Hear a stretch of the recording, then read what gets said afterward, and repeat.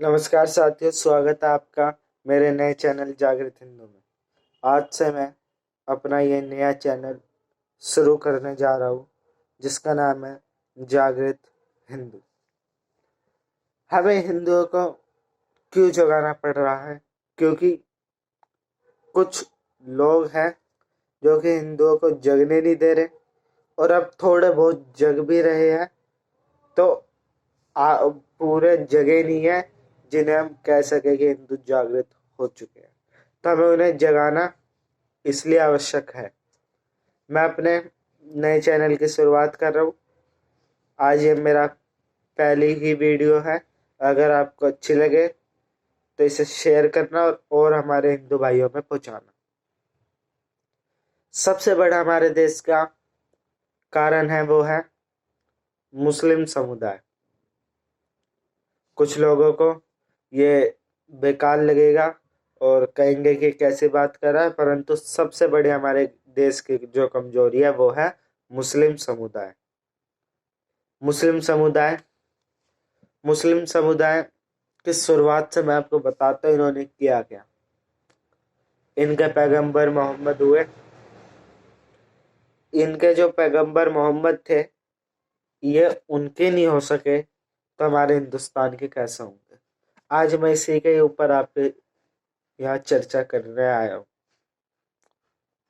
पैगंबर मोहम्मद, जिन्हें अपना भगवान मानते हैं, प्रोफिट मोहम्मद, इन्होंने उनके साथ, उनके परिवार के साथ क्या किया ये मैं अभी आपको बताता हूँ। सिंध के राजा थे राजा दाहिर सेन, आखिरी हिंदू शासक। आप गूगल पे देख सकते हो, उसमें है आखिरी हिंदू शासक, जिनका नाम था राजा दाहिर सेन। उन्होंने क्या किया, जो प्रोफिट मोहम्मद की बेटी थी, इन्होंने, इन मुसलमानों ने उन्हें मार दिया, और इन्हें मारने के बाद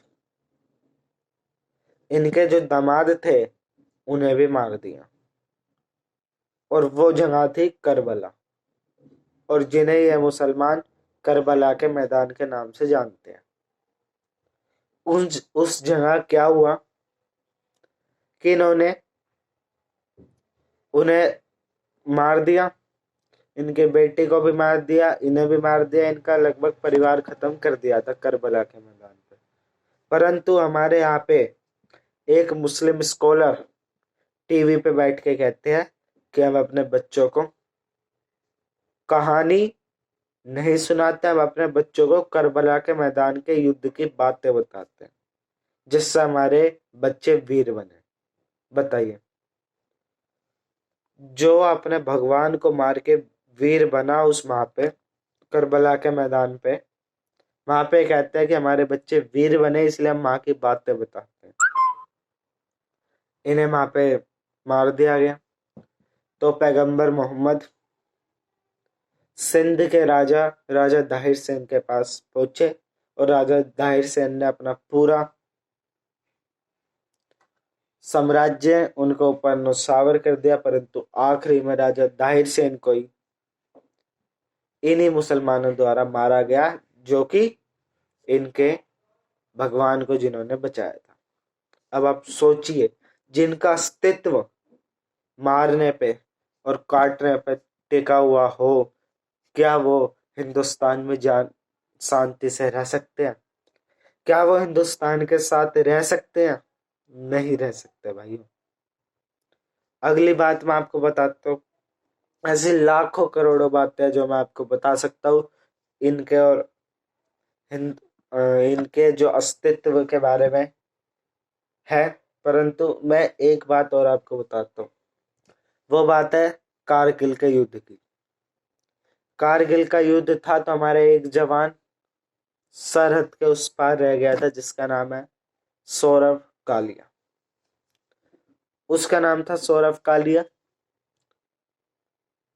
जब हिंदुस्तान ने कहा कि सौरव कालिया को वापस लौटा दो, वो फौजी हमारा देश में वापस तो आया, परंतु वो जिंदा वापस नहीं आया।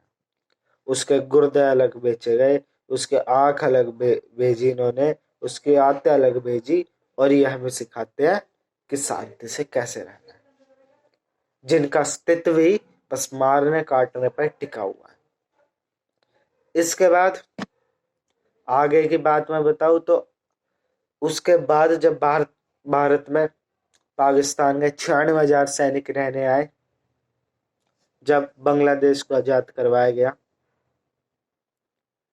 उस समय जब वो आजाद करवा के जा रहे थे तो भारत में वो 96,000 लोग भारत में रुके, और उस टाइम पे रुके कि जिस टाइम भारत के खुद का अनाज नहीं था। भारत का सारा अनाज उस समय बाहर से आता था, हफ्ते हफ्ते भर का अनाज आता था। इस हफ्ते अनाज आया, अगले हफ्ते आएगा, ये पता नहीं होता था। उस समय हमने इनके 96,000 सैनिक रखे। हम चाहते तो इन्हें मार के भेज सकते थे, पूरे सैनिक नहीं भेजते। हमने इन्हें 2 दिन तक रखा, इनके इतने सैनिकों को, और मेहमान सहित वापस भी लौटाया। परंतु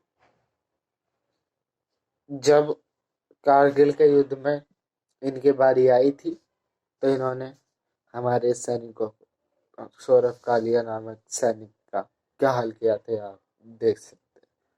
और अलग अलग घटनाएं हैं, और आप अपने यहाँ पे देखते भी हो।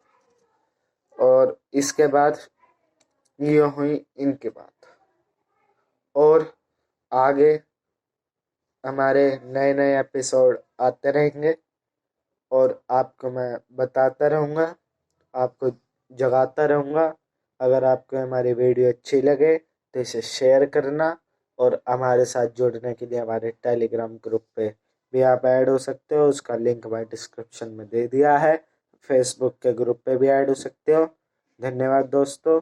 जय हिंद, जय भारत, जय माँ भारती।